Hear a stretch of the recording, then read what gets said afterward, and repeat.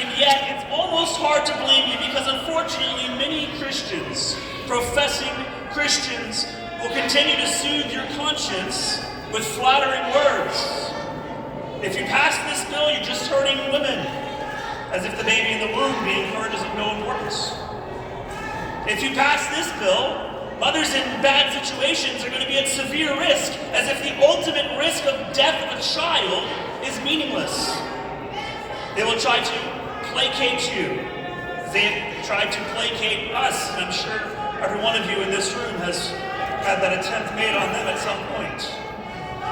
It reminds me of the story of the prophet Micaiah in 2 Chronicles. King Jehoshaphat, king of Judah, himself a lawmaker, mind you, he allies himself with the wicked king Ahab of Israel to take back a land called Ramoth-Gilead. Jehoshaphat asks Ahab to consult the prophets in the land to ensure that God would bring them victory. Now these prophets, as we find in reading through the story, are false prophets, the lot of them.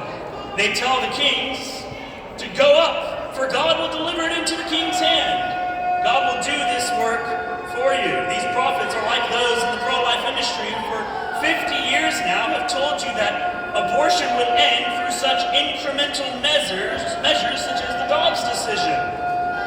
You know how you tell a prophet whether or not a prophet is true or false? You measure them by their fruit. You measure them by the truthfulness of what comes to pass of what they say.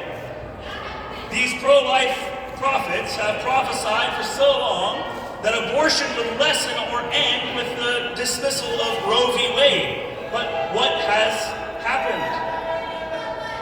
Every measurable statistic says that abortion has increased in the years since Dobbs. That sounds like false prophecy to me. As you move on in 2 Chronicles 18, Jehoshaphat isn't convinced of the truthfulness, bless him, of Ahab's prophets and asks if there are any others. Ahab admits that there is one.